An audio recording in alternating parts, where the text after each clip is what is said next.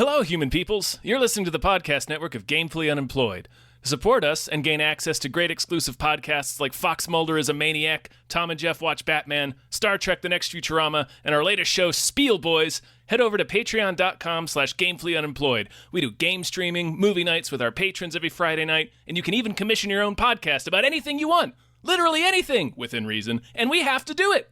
You are quite frankly out of excuses not to go visit patreon.com/gamefullyunemployed. That's patreon.com/GAMEFULLY unemployed, which is spelled like it sounds.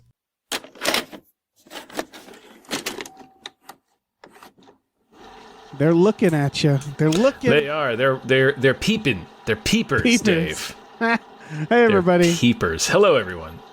My name is David Bell. My name is Tom Ryman. And we just watched The Watchers. Oh, who watches The Watchers? It's us. Me, baby. Me.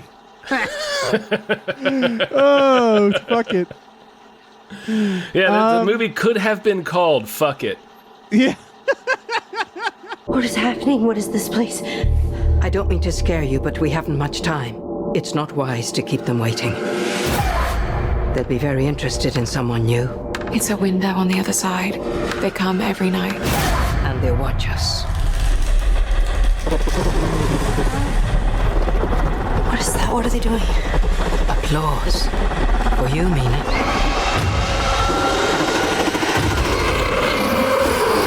We could have watched Inside Out 2 this weekend. I bet it would have been a very pleasant experience. Although I will say when I went to the theater, it was just packed with kids. And I'm like, no one's going to my theater. Oh, yeah, no, that's nice. That made all of the money this weekend. It made like 150 or 180 million domestic and almost 300 global. Like it blew up this weekend. Yeah. I guess people were hungry for Inside Out too. Yeah, and I mean, I want to see it. I mean, if people are wondering why we didn't cover it, we basically just said to each other, like, no one wants to hear us talk about Inside Out. Basically, yeah. It's like the story of a girl going through puberty. I don't know. It doesn't seem like it's for us. Doesn't seem like we're the people to judge that. Yeah, it's sort of the way we approach every sort of family or children's movie we don't really cover unless we're ordered to by a Patreon producer. Right. Just because, for that exact reason, who wants to hear what two 40-year-old guys have to say about that? Yeah, it's not for us. And I mean, that doesn't mean we won't enjoy it. Yeah. And that it's not a comment on the movie's quality or anything like that. It's just nobody wants to hear our opinion about that. Yeah, here we are down in the dirt with the Watchers. Just in this grimy, fucking knuckle deep in the Watchers. This is So for starters, if you're like, do I need to watch this movie in order to listen to the podcast? No. No. This did not get good reviews this weekend. We did it for you so that you don't have to. This is by Shonda Night Shyamalan. Mm-hmm. M. Night Shyamalan's daughter, I believe. Yes. And one of at least two. Another one is the pop star in his upcoming movie Trap. Oh, I did not know that. Mm-hmm. Yep. So I want to start. Did you enjoy this movie? I'm not asking if the movie's good. Sort of. I sort of enjoyed it. I thought it was kind of a cool idea. But just a really terrible script. Yes. Yeah. Awful script. I enjoyed it in the sense that I burst into laughter several times. Oh, yeah. My eyes rolled into the back of my head many times like a fucking frenzied shark. I disrupted because the dialogue of this film. Yeah, I accidentally disrupted the people behind me, I believe, because it was like literally like I burst into laughter, had to like cover my mouth. I felt bad. We actually, I saw this at 10 a.m. with my brother, and we had the best possible scenario because we were the only two people in the theater. That's good. Nobody else was interested in watching The Watchers. No one. The people I saw it with seemed to enjoy the movie, which is amazing. Like who like it seemed to affect. So I want to say good things because I've said this about M. Night Shyamalan, and it appears that this is the same with his daughter. Is that what I like about M. Night Shyamalan is that he does mystery boxes. Then, for better or for worse, he tears open those boxes, rips those things open. Yep, shows you every fucking crevice of the He box. chews them open sometimes. Where like sometimes you're like, okay, I don't need to see this much of the box. Please close it. Yeah, for the love of God. And I like that a lot better, honestly, than someone who It's bold. Like, Yeah. for better or worse. Like, he is a bold filmmaker in many ways. Yeah. And I really do respect that, because I think Yeah, it's yes, easier to have for a mystery sure. box, and it's easier for people to go like, oh, that was so good, when you don't tell them everything, when you withhold stuff randomly. And I do, to be clear, I do like that sometimes when the movie doesn't answer everything. Sometimes that's cool, but other times it's annoying. Well, Or a cheat. Yeah. I was saying all that to the sense that this movie told me too much. Like, I didn't need to know this much about the Watchers. This had a I didn't Return need of to know the their King long- ending. It was like Yes! 3 epilogues that was just sitting us down and reading us the lore of these creatures. Yes, I know their full history. Yep. I was like, I didn't need just say they're fairies. That's really it. That's all. I was like, It's okay, like cool. it was like the folklore research they did, and because this is also written by the director, it's like she did all this folklore research, and then hit the end of the movie and just really wanted to include everything that she didn't get to include. So this is based off a book, it turns out. Written by her. Oh, okay. That Yes. A.M. Shine. Okay. Yeah, it's her. that's her. It was written by her. Okay, so this is like I don't know why they're I obscuring that. It's weird.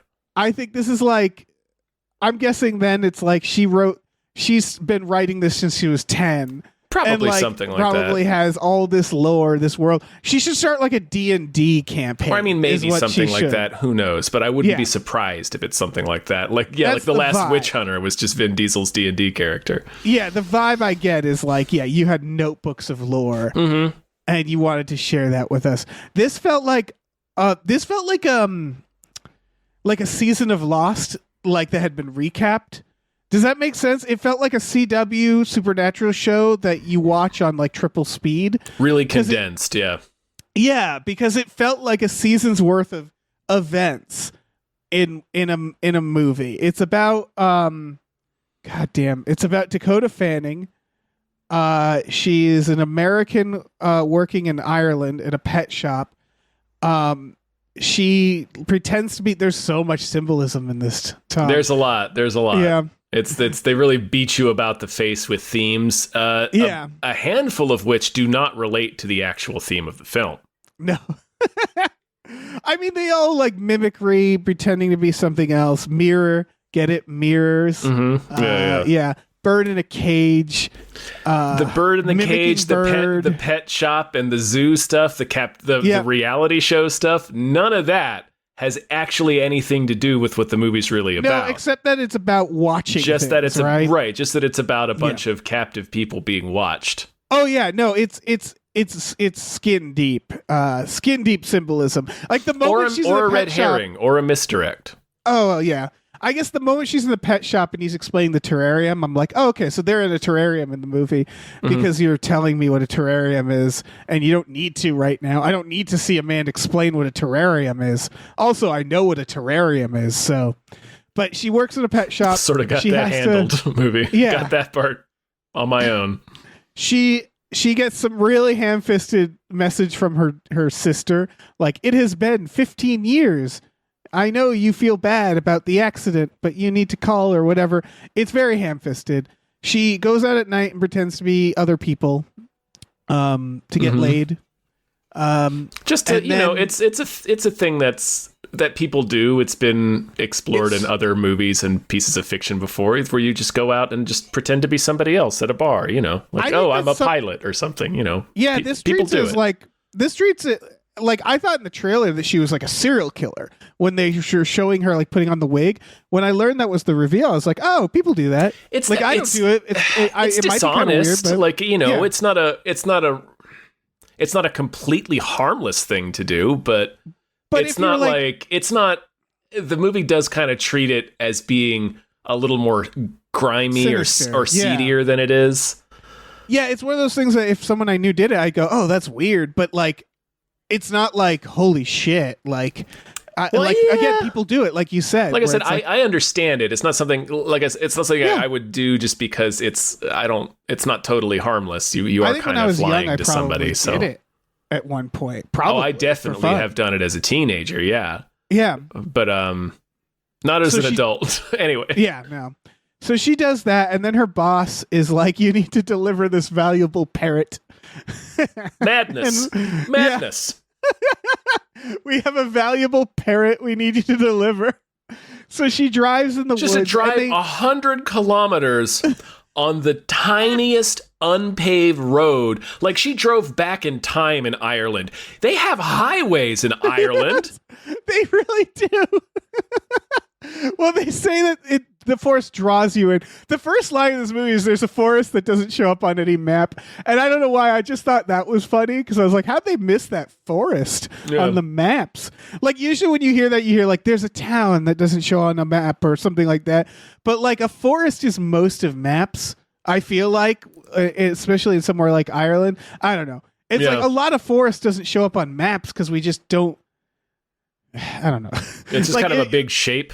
It's like, that's the forest right there. Yeah. That's where all them trees are. Right.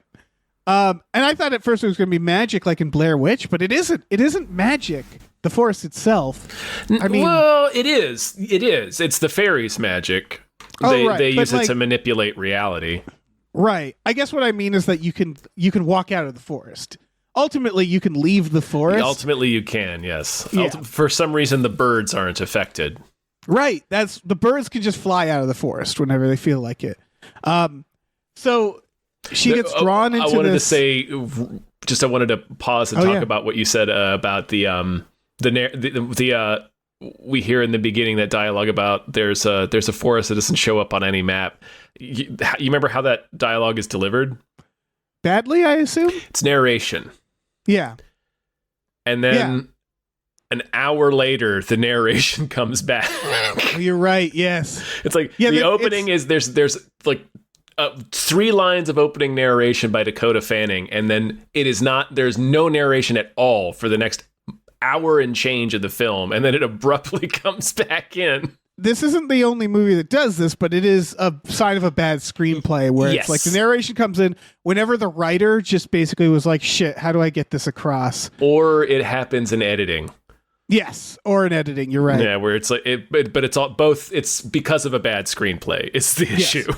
And this is a very bad. This is a screenplay where people just start screaming exposition at each other immediately upon meeting them. Any character does in this movie is vomit exposition. It's amazing. The old woman in this, who's a great actress. She was in Mandy. She's in a few things. Yeah, I was with. It took us the first chunk of the movie to remember who she was, and then we realized she's from Mandy. Yes, yeah, this is great actors with the worst fucking script, the worst material to work with. And dare I say, Shada Night Shyamalan, not a bad director either. It's just it's very much an M. Night Shyamalan problem, which is like you need a screenwriter. You really need to work with a writer. Yeah, yeah. I'm begging you, work with a writer, please. So the car breaks down.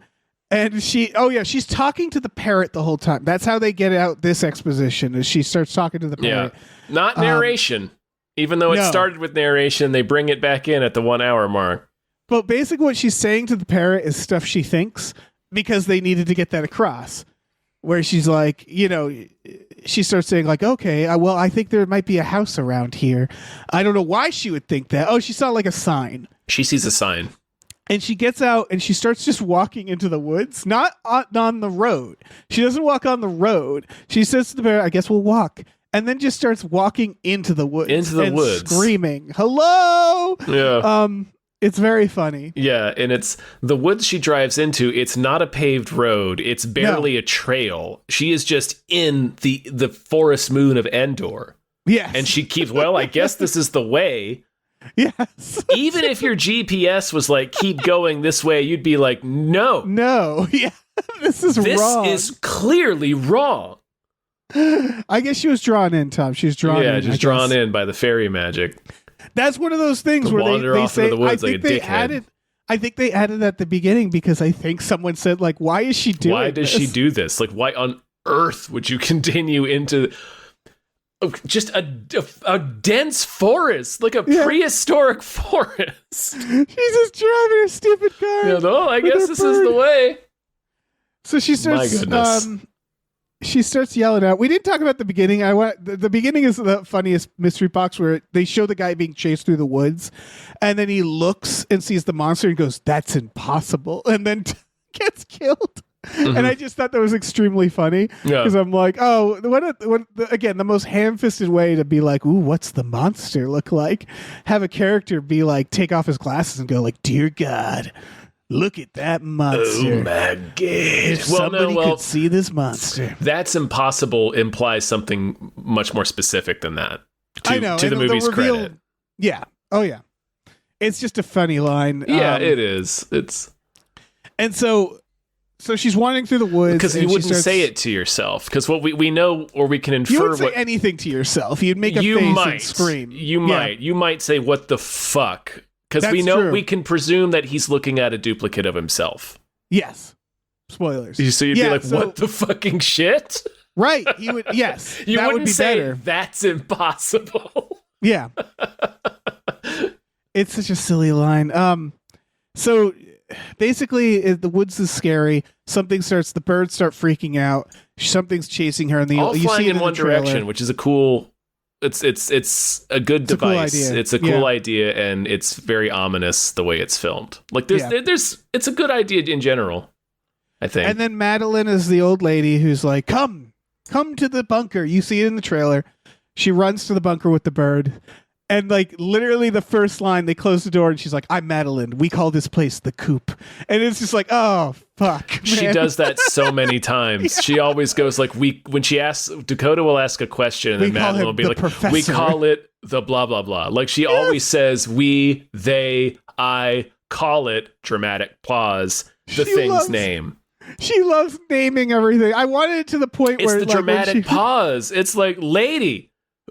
I know the watchers are watching, but like you don't need to do theater for them. Right. I wanted later when she like shows up at her house, or her to show up at her house, she'd be like, "Welcome to my home. We call it the crash pad." And like just everything, like, "This is my refrigerator. We call it the food box." Yeah. But everything has a toilet. Fucking name. We call it the shit bucket. Right. And she talks, they say there's this guy before us, we call him the professor. And again, it was just like, this is where I started laughing, because it was like this lore of this box in the woods. Yeah, it's such like Cloud Atlas shit, or like Secret of Nim. It's like, we call it the True in the before times. Yeah. What the fuck? And then it's revealed that like a lot of them have been there for like 6 months. And I'm like, have you forgotten? Did you just like... The magic draws them in. Like, what? Yeah, they've like seemingly, they know how long they've been there. Why are we all speaking like 80s fantasy? It's so weird.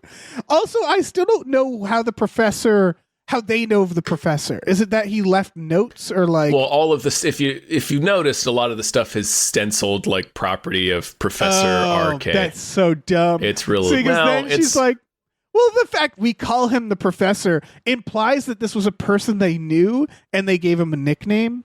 You know what I mean? But it's like we call him, she could say it's the name the professor's on everything. It's like that's one instance where I could defend the line but not the delivery, because if you put yourself in her shoes in that situation, it's sort of like, well, we don't know who this guy's name is because it just says Professor RK. Right. So it's like you'd say, well, we call him you would say it differently. You'd say it like, well, we don't know who he actually was, but we call him the professor. Say it like a human. Yeah, it was some guy who was here before us. We call him the professor, but he's been gone for a long time. We don't know how long. Yeah, you'd show like the notebook. You'd show like the property of. You'd show like the label and go like, yeah, there was some person here. I don't know. We call him the professor because that's what's on the thing. That's like the one instance you would say we call him the something, because it's like we honestly don't have a better name for it, and I know it's a weird situation, so here's what we call him. Right, but she says it like she's a wizard, and she never explained that they call it that because his name's on things. I didn't think about that. So that genuinely confused me because I was like, did you know? And I mean, spoiler, she does know the professor, but in this instance, I was like, does everybody know the professor? And the professor, what happened to the professor?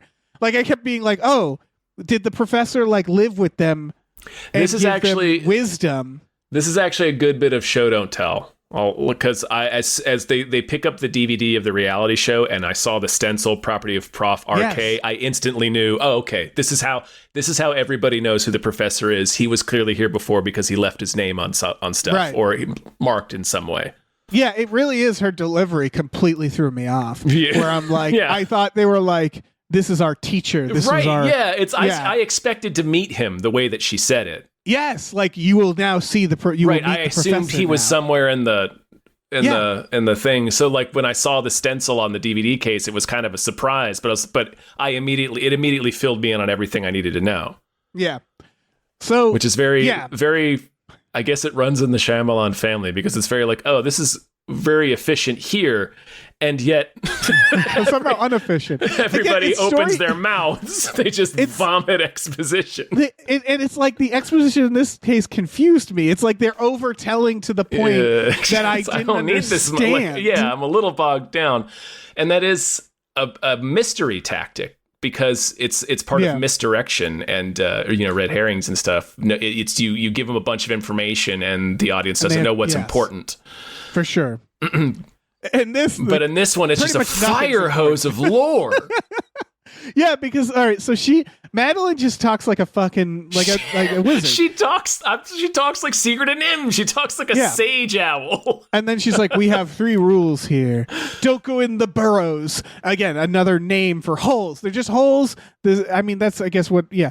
But, and then she's like, do not go in the burrows. Do not go out at night. Pause real quick. That's a really funny line that was that I've Oh, yeah. flagged related to the burrows. When the lady Kira shows Dakota the hole, she's like, Dakota's like, what's that? She's like, oh well, they call them the burrows. They go deep down. It's where the Watchers live. It winds through like a series of tunnels. I'm like, then it's tunnels. It's the tunnels. It just, I mean, what it's do you also mean very it winds funny- through like a series of tunnels? They're a series of tunnels. Right? It's also very funny where it's like, we call them the burrows. And Why then she would you call explains- it the burrow? You'd the be like, process that's of the tunnels burrowing. where they live. Yeah. That's their That's fucking it. hive. That's their anthill. Oh my God. It's anyway. Sorry, I just wanted to pause it. Like that. No, that it's line very really funny. made me laugh. Like it made me laugh out loud in the theater. Yeah. Because it was like we call it the burrows. It goes through the ground like a series of tunnels. I'm like, then it's just tunnels. It feels like they're We explaining. call it the aperture. It goes into the side of this mountain like a cave. Then it's a cave. Just call it a cave. Yeah. It's, oh my There's God. a Paul F. Tompkins joke where he talks about working at a hat store and somebody came in and asked him for a king hat. It's like, you mean a crown? You mean a crown, yeah. It's like when your brain like strokes out and you forget words. That's what Yeah. she's doing. Only it's the official name of the burrows. Yeah, it just really made me chuckle. Really brightened just my call it the day. Yes, fucking I can't tunnels. say I didn't enjoy myself watching this No, movie. it's just very stupid. Although towards the end, I was Tom It started Servo dragging in a little the Mystery Science Theater episode of The Wild World of Batwoman, where he's screaming at the movie. And yes. It does. It absolutely returns to the king. Where I'm like, oh Yeah. my fucking Jesus They get Christ, back we're to not even going to go to civilization and- Hobbiton, so this isn't god, right? They get out of this situation, and it's not even like There's it's like 20 minutes of movie Yeah. left after they And escape the fairy forest. and it hit me. When I remember being like, this is not over, is it? God damn. Still going. Okay. It has more to tell, Dave. Yeah. So they have the 3 rules. Don't go near the burrows. Don't put your back to the mirror at night. Don't fucking Don't go open out the at door night. after after dark for any reason. Yeah. And so she explains like they're watching us. They're the watchers. They're perverts. They watch us. We don't know what they are. They say a Yada, couple of yada. amazing things here. Like she says, Dakota's like, what do they want us to do? And Madeline's like, just be yourself. It's what they want. Yeah. I'm like, how do we know this? And then a second later, Kira puts on some music. She's like, they like it when I dance. And she dances and there's just, it's complete silence. I'm like, Yes. Do they? How do you know what they want or like? It's very true. The guys they like it when I jerk off in the do corner. They? Yeah. They like it when I work on my screenplay. Yeah, when we do poetry slams. Huh. It's Do they very tell funny. you this somehow? And again, these characters, they are acting like they've been there for years. For and I was years. They shocked. act like they've been born here. When the woman who dances, she's acting like childlike. Yeah. Like she was born here, like you said. But and then they're like, how long have you been there? yeah. She's like 8 months. And I'm like, what? Five months. Danny's been there for 8 months. Right. They have no and she fight came in there them. with her husband. Yeah, who she's like, oh, he left 6 days ago. He'll be back. And it's like, no, he won't. Right. It's such a childlike position because of the situation they're in. He left almost a week ago and hasn't come back with help. It's obvious what has happened to him. Right. And because she's like, the oh, no, he's 3 coming back. You'll rules- meet him soon. And it's like, so you assume that this person's just been shattered by being in this situation for so long. But 5 months is not 5 months. with your husband, It like with reminds your me- partner with you to sort of like help keep each other sane. It's like, anyway, it's just weird. It's weird that she's at this point. It Sorry. reminds me of God damn, I forget the show. There was a bunch of shows that came out after Lost. And this happens to our main character in this too, where there's all these shows that were trying to be Lost. And the one I remember very distinctly was a group of adults wake up in a house and they're locked in the house. And like one of them like tries to rattle a window and goes, oh well. And then like within like 10 minutes of the show, they start making like alliances and like doing like Lost stuff. And I was like, you barely tried to leave the house. You know, like it's not an island. It's a, you know what I mean? Where Yeah. those shows where they like forgot that humans try harder to get out of situations. Yeah. That was the issue I had with that like Crawl, where it's like you're not trying hard enough. It's that where like this main character, she gets in this, and after like a day, she like goes into burrows and tries to escape once, and they're like, don't do it that way. And then she's like, okay, I guess I live here now. And they all just have no fight in them, where it's like, Yeah. you would be trying to escape every fucking day. Right, yeah, you would be they- thinking up a new plan. They treat Every- Dakota like she's a maniac, like you behave like a spoiled child. You're ignoring the rules. And she's like, I'm sorry, do you all just want to sit here forever? Right. Like, It's so I'm weird. leaving. They're Like- all just like, this is my life now. And it's like, you've barely been here. You have barely tried to escape. Barely, and we know they barely tried to escape because I guess I'm going to say spoilers for Ahead. This entire time, there's a trapdoor under the rug. And I Underneath laughed one so of the, I hard. lost my mind at that. I'm like, They that, have it was just, never it was checked. right. You never looked under the rug. And at this point of the movie, Dakota's been drawing a map on the floor. Yes. You didn't move this rug once in 8 months. And they're like, oh my God, a door. And We've tried everything to escape. Have you? I wanted them to all take a second and go like, we are fucking idiots. Like, just like the realization that hit them like a train. They just like sit there buckled over. And then they go down, there's food. And they're like, there's food down here. There's food and like a been computer full of Bioshock logs that I'm just imagining- explain the entire plot. Yes, it's And like a point and click video game. For some reason, they get down into the hatch just as the fairies are bursting in, and they close the hatch and twist the handle to close it. And the fairies don't open it. No, They just don't open it. No idea They how to can't open it. it. You're right. Can't open it. They could totally open it. And then, I mean, downstairs, it's a, like you said, it's Bioshock. It's a point and click adventure game. Did you notice that he says it's like 2007 in the logs, but the computers are from 1995? I still don't quite understand that. I think it's all aesthetic. It's all like we wanted it to be this. But Yeah, I mean, we're maybe getting he just ahead of maybe he ourselves, just but it had an doesn't matter. older monitor. But I that guess. was a pretty old. So, yeah, that was the weirdly interface old. was old too. Yeah, it was like Windows 3.5. I feel like it's Sean. I don't know how older she is, but maybe this is like us feeling old, where she's like, "Yeah, it's all like after like before like 2007, it's all like this, right?" No, you're about I'm 10 years imagining- off still. Like, Yeah. I'm just imagining like young people just not knowing anymore, just being like, They it's all like, probably Yeah. don't. How much do we know about the 70s, Dave? it's true. Yeah, you're right. Like Not a lot. if I made a movie about the 70s, I could accidentally put like shit from the 60s in that movie. Mhm. That's so depressing. But yeah, so does anything happen before that point? They oh yeah, Daniel, is that Daniel? Danny. He just randomly leaves two of them outside because they've been fighting. They do a time pass where she's like, "It is winter now. It has been like 6 months." Like she's completely forgotten to escape. They're now like a little family. She's been creating a map. She's been going Right. out to she's been mapping the perimeter of their area and finding there's a bunch of signs that mark points of no return. So she's been mapping out the area. She is trying to escape. Doesn't really matter ultimately. Like narratively, No, it ends up not mattering because they try to make it matter because they show them like running and they show the map and it's like, yeah, I mean, he told you to follow the birds. Like they're following the bird. That's what they're doing. They're not following the map. she has a bright orange bird. And also Yeah. he told them specifically which point of no return sign to go to. Right. So yeah, the map doesn't So the fact matter that she in there. mapped them all out helps because she knew where that one was. Right. So there's how it helps. Oh yeah, but you could have easily just shown a scene of her looking at these, or I don't know. It doesn't matter.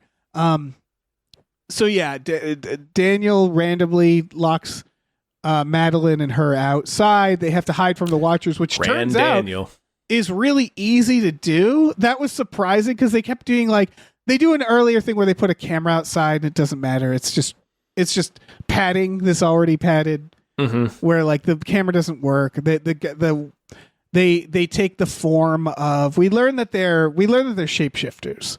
The changelings, specifically. Yeah, they take the form of that woman's Husband. dead husband. And then they go out and they're hiding in like a bush and they just see the fucking Watchers and I was like, I thought no one saw the goddamn Watchers. It was so easy to see the Watchers. It really was. And I want to note they're so loud in a lot of these scenes. Like when she goes down in the burrow earlier, she's just yelling, yeah. Yeah. And I'm Well, like, I mean, they know she's there. They can't go out in daylight is the thing. Right. And she's standing in the daylight, so it ends up not mattering. And at this point, she doesn't believe the fairies are real. Right, that's true. She thinks Madeline is keeping them their prisoner, which is the logical conclusion. She finds out that Madeline's been there the longest. She's the one that is rigid about all the rules and has all this lore. So were you her in that situation? And that's how you'd be like, oh, this is some kind of fucked up like experiment, or she's just a crazy person, but she's clearly keeping everybody trapped here and either drugging them or just using speakers and sound effects to make them think that there's monsters outside that nobody can see. Yeah.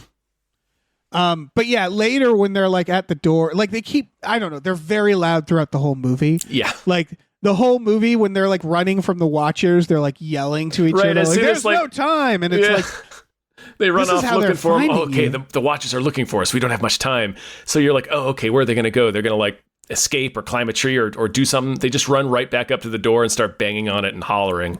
yes. And they're like, hey, let us in. And it's like, they're gonna fucking hear you. Yeah. And there's no implication that the Watchers have like a supernatural ability to detect them, as evidenced by the earlier scene where they're in the little nest of twigs. They don't see them then. So I was like, all you really have to do is be quiet, and I feel like you could get out of here. The Madeline says an incredible thing in that scene where they duck into the tree root and she points up, say, look, and Dakota's like, yes, I see. And it's just pointing at shit hanging in the tree root. And she's like, the rotted wood will mask our scent. Yeah. What? Yeah. How do you know these How things? do you know that? And how do you know that that's how they're tracking us? Right. And if that's They're the case, called the Watchers, they're not the smellers. not the Sniffers. The fuck are you talking about? It's so stupid. The grass will cover our scent? And if that's the case, then I rub haven't that on your taken body. a shower in 6 months. It's so true. They make a point of showing A that when she gets skunk back. couldn't cover my scent. Yeah. Holy shit. That scene, gosh, there was a many parts that made me laugh out loud. The rules just constantly change depending on what they need to happen, basically. Yeah, and I guess you can argue that at the end it's revealed that Madeline was with Changeling the entire time. She was Spoilers. she was their daywalker. She was the blade of They the fairy use world. the term daywalker. They That was sure another do. moment where I burst into laughter. Yeah, the daywalker. And it's For the record, it's a loaded word now. It's a parody word now. It is. Like, it's been used in so many different situations since Blade came out that it's So just funny. it's like only Blade can be called the professor daywalker without should've- anyone laughing. In his lore, he should have been like, I call them daywalkers, like in Blade. Like in he Blade. should have just said, Because like he in did Blade. the experiment in 2007. All 3 Blades had come out. Yes. Like, this Also, a dude lot of this- knew who Blade was. It's just lore coming from some guy, so I also like the idea that he's getting everything wrong. Here's like the other thing is he calls the daywalkers, the half breeds, the mix of human and fairies. He calls them halflings. And again, this is 2007. All 3 Lord of the Rings movies have come out. He knows that halflings are hobbits. It's true. Oh So my if you're God. doing your research about like fairies and folklore and shit, don't invent a word that is already used in fantasy bullshit. Yeah. It's like if he said the older fairies have distinctive blue coloration to their wings. I call these ones trolls. You're confusing us. Yeah, you're right. These are we're barely accepting that these are fairies Oh my God. because they look like Draculas. Yeah. They're 10 giant. feet tall. They're not fairies. They're fairies Slender you think Men. are small. They're Slender Men. They do the thing where they go by many names, and it's like, I don't know if they do. I don't think they do. I mean, you could argue that they're like Leshy or something if you watch like The Witcher, but like, I don't know. Hellboy does this a lot cooler. Yes. Oh, yes. I mean, that goes without saying. Hellboy does these things a lot cooler. But it's So- like I liked the idea of the premise. It's just this screenplay is garbage. Oh no, it's terrible. No, so yeah, what we're learning, they go down the bunker that was there the whole time. Right They underneath look their at the feet. point and the click where the professor is there, and he's just kind of a maniac because he keeps saying, this is another insane thing, is he's like, they're shapeshifters, they're fairies, we can conquer death with this. And I'm like, how? I'm not connecting any of those ideas. What? What do you think we can do And with these fairies? We learn to our horror that what he meant is that he's enslaved one of these creatures and is forcing it to reproduce to shapeshift into his dead wife. That's so funny. Because it's like, Holy how shit. would you think this guy he's like shitting in his hand crazy is what you learn is that There is a shit bucket in the corner that has like a little high chair seat on it. Yeah. We never see anyone use it because this movie is draped in cowardice. But Yes. This is what you realize is this is the home of a madman. yeah, we know this Is guy that this is all- is fist shitting crazy. Yeah, this guy created a bunker. I guess the reveal is that the room for the Watchers was actually the room he used to watch them. He Yes. was observing them.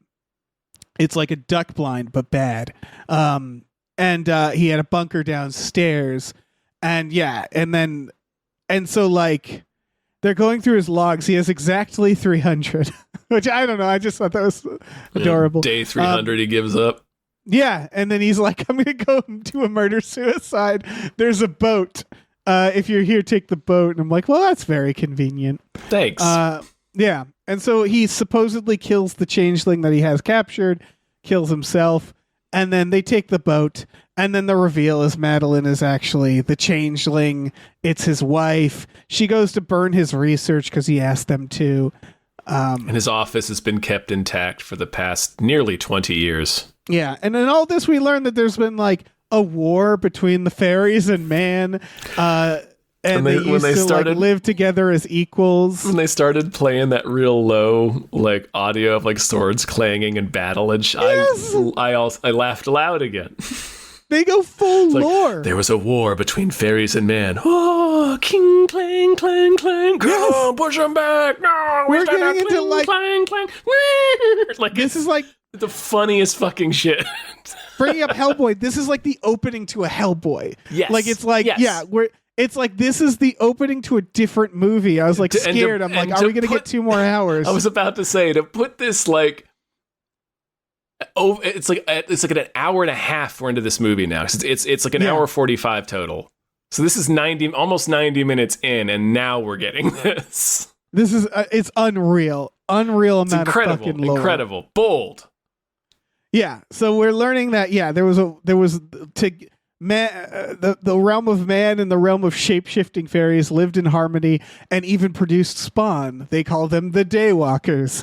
And then there was a war and the fairies were banished. We know all this. They were banished underground into these burrows. They passed by them like this big seal, and they like stop and they're like, "What is that?" And she's like, "Oh, this is where they were sealed underground." She explains the lore as they're escaping, and then she goes, "There's no time." It's like, you started this. You could have just, when they were like, "What is that?" You could have said, "Let's keep moving. I'll explain later." No, she stopped I'll and explain explained on the way, yeah. and then said, "There's no time." And they keep. It's so fucking funny. So yeah, we learn all this fucking lore at the professor's house, and it gets slowly leaked out, and then she looks at pictures, and we learn inevitably that the Madeline is his wife that died. So he was apparently gonna fuck a shapeshifter Hell, and yes, pretend he it's was. his wife. Mm-hmm. Yeah, it really is the equivalent of being like, "We can conquer death. I have created a human out of Play-Doh." You see, like that's what it is. Is like, no, that's not conquering death at all. There's a showdown. She goes to the other woman's house, where the other woman turns out to be Madeline, In shape-shifting disguise, yeah. and she defeats her with the power of monologue. She Shatners her. She Shatners She her. Captain Kirks her, yeah.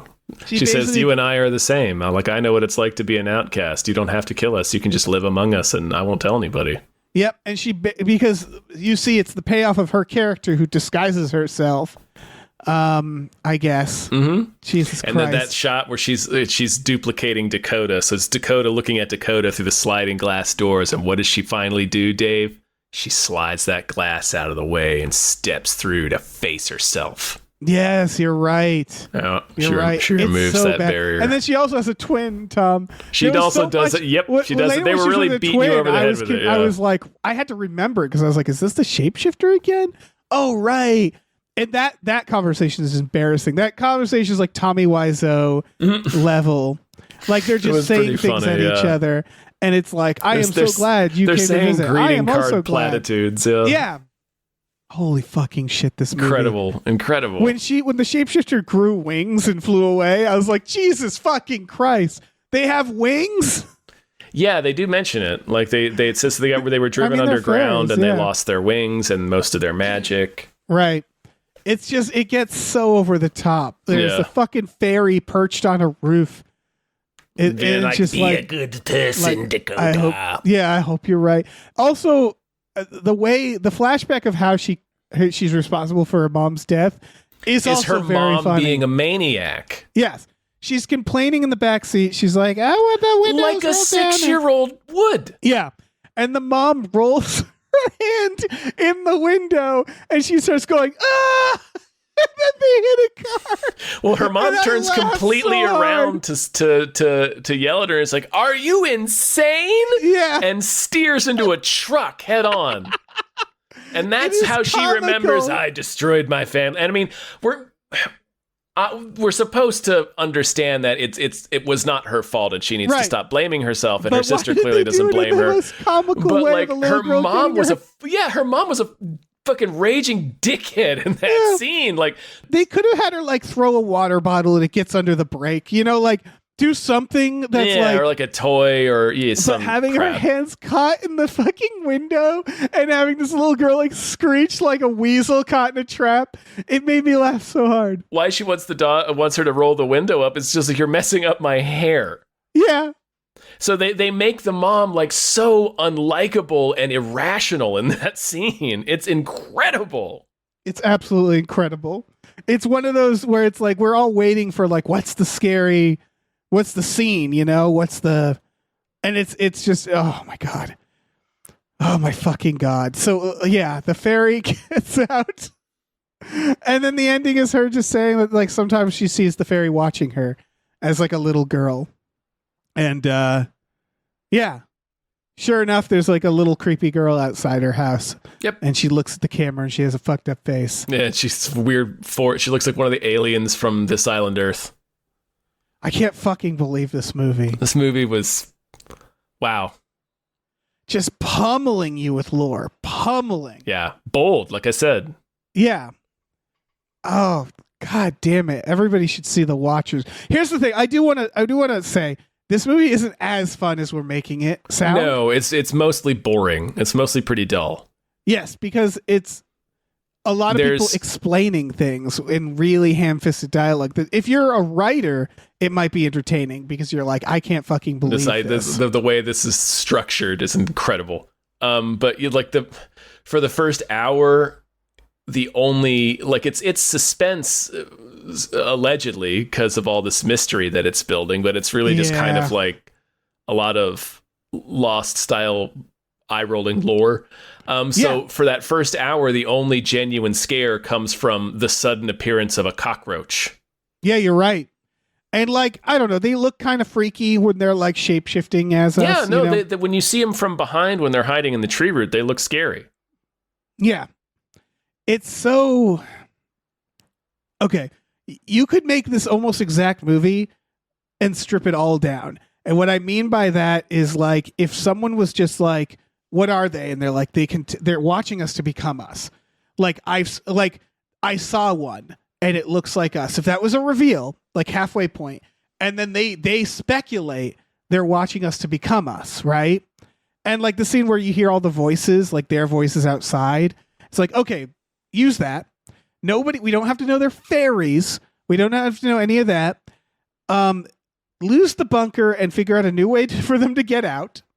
And you could still keep the ending where she goes over someone's house and realizes that they're one of them, right? You don't need an explanation of why. You don't need the professor. You could just go like, oh my God, one of them was us this whole time. That's all you need. And like, then you like have to fight the Watcher at the end. You know what I mean? Like that's a movie. You have a movie and you can sort of like figure it out of like, oh, okay. So they were trying to become them. One of them succeeded and like followed them home. You know, like you do a switcheroo where it's like, oh, the real one died here. Like where they like lose them at one, you know, you do like a Body Snatchers more situation. They live sitch. Yeah. Where it's like, or the thing sitch. Yeah, you do a thing sitch where it's like at one point they swapped with one of them and we didn't quite know when, but if you watch it again, you can kind of pinpoint the time of go like, oh, okay, that's when they must have been it. around here, yeah. Yeah, you just keep it fucking simple. You don't need this goddamn lost underground bunker with all this fucking books of lore. Yeah. It just felt like the lore got in the way of the movie. Like she had this story she liked with this lore. It was not the way to deliver this sort of idea. Even though I like the idea of it being this grounded movie about fairies, because that's really unexpected. Right. And going into like folklore in kind of this grounded way, in sort of a Hellboy way, but in a way more grounded way than Hellboy, obviously, because Hellboy is pretty high fantasy. But look at a movie we watched called Unwelcome with the gnomes. There's no point in that movie where someone on a computer screen explains centuries of lore. It's like you don't need that. You can kind of just what makes it even cooler is having to use context clues to figure it out. You know what I mean? Like right, because they would have to tell. Yeah. Instead, it's like they were so concerned with us knowing every little fucking thing that it stops becoming like, I don't know is this a thriller? It's not a horror. No. I guess you'd call it suspense, but like it's really like just adventure suspense. Yeah, I don't know. It was not the right genre to Right, because to do this world building, basically, is what it is. it's an escape. It's like an escape thing. I don't know.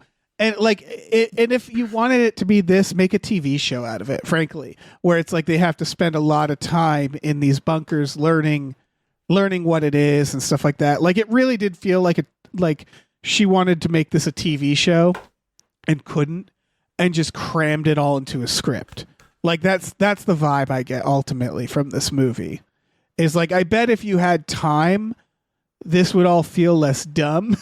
Because that's how TV shows work, right? Is like, whenever you think back of a TV show, you're like, well, that was a lot of dumb. Yeah, but you get Or like we're talking about with the end of the finale of the X-Files. Right. Where So it's when like, you here say it all at summed once, up. it sounds really dumb. But like if you plant the seeds, you deliver the ideas more slowly, more spread out, they have more time to sit. We have more time to sit with it and sort of be like, and integrate it into the universe in our own sort of way. Yeah. So it's like an oh, hour so 45. it's right. So you're getting more time to like build out what our expectations of this story is. Whereas Yes. when you're just doing it in a 90-minute movie, you have way less time to do that.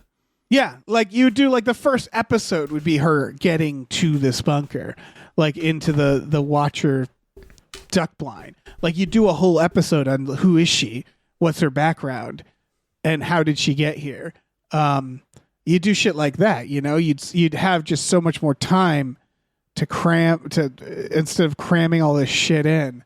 Because boy, is it crammed. Like there's one of the best reveals in the first season of Lost is when Sawyer pulls out the gun. Right. And it's like that would happen almost immediately in a 90-minute movie.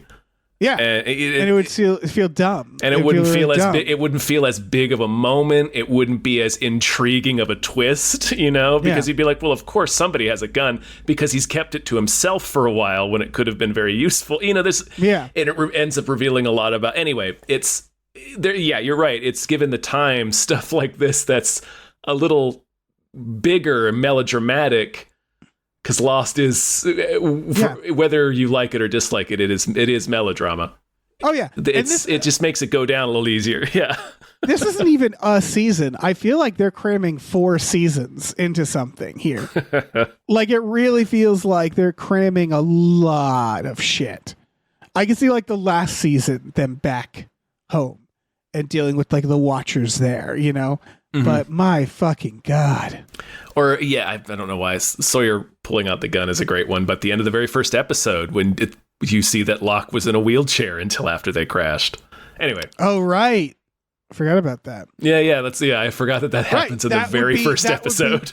Yeah, and that would be, they literally would be like, oh my God, I can walk, would be in the first 10 minutes of this movie. Right, so you'd be like, this place must be magical. I can walk and I couldn't before. Yeah, and it's like, that feels dumb all of a sudden. But at the end of the episode, when it's, you know, you've gotten a little bit of a taste of this ensemble, you're like, what? And then they withhold that from us for the next several. You guys know how television works.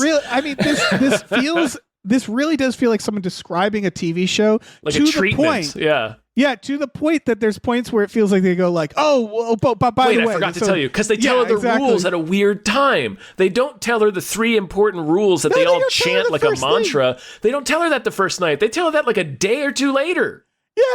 Yes, they do. There's lots of shit like that. And then all the lore where it's like, I don't know. Like, right when they're about to leave the forest and Madeline Thompson's like, oh, right, there used to be a big war between fairies and humans. And they were driven. And it's like, are you telling me I forgot this to shit? tell you. Okay. Yeah, it's like somebody fucking up a joke. Right. She says something like, I didn't want to tell you this stuff. And it's like, why? Why? Why is this? You're teaching us. You're teaching us the way to live here forever. So might as well disclose everything. Yeah. What and why is this like sensitive information? Yeah. Like, why there's does nothing this sensitive. need to know? Yeah. Yeah. We've talked way too long about this movie, Dave. Yeah. Let's stop. Let's be done with it. The Watchers, everybody. Clap. Please clap. I can't wait for their next movie. It's, again, not boring, not mediocre, just a big old fucking swing. Did it hit? No. The bat flew into the crowd. It is kind of boring.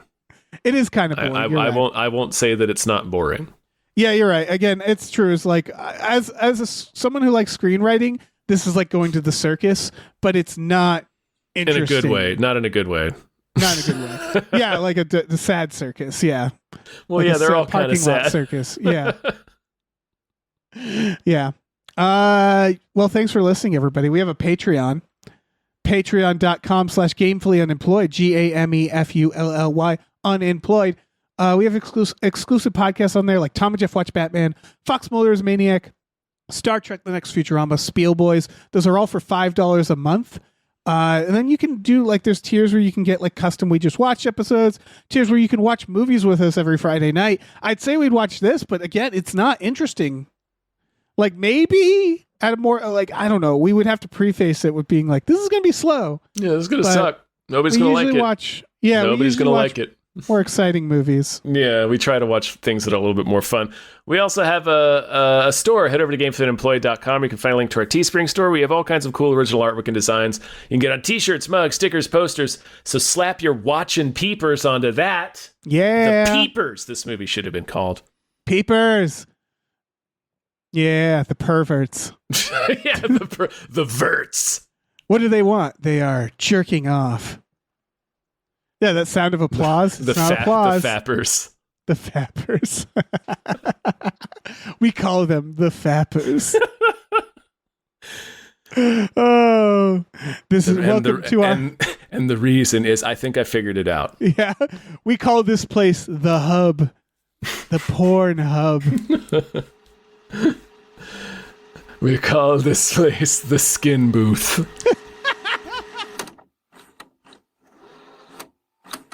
Hey, listen, our music is produced by Chris Corlew. You can find him on twitter.com as the Corlew or go to shipwreckedsailor.bandcamp.com. Our channel artwork is produced by Michael Vincent Bramley. For more of his work, go to mvbramley.art. Our episode artwork is by Justin Brown, available on Twitter as Justin T. Brown or at artnessbyjustinbrown.com. And finally, additional artwork is by Starlene Hodge. You can find her work at starlenearts.com or on Twitter as StarleneX. Cool. Goodbye.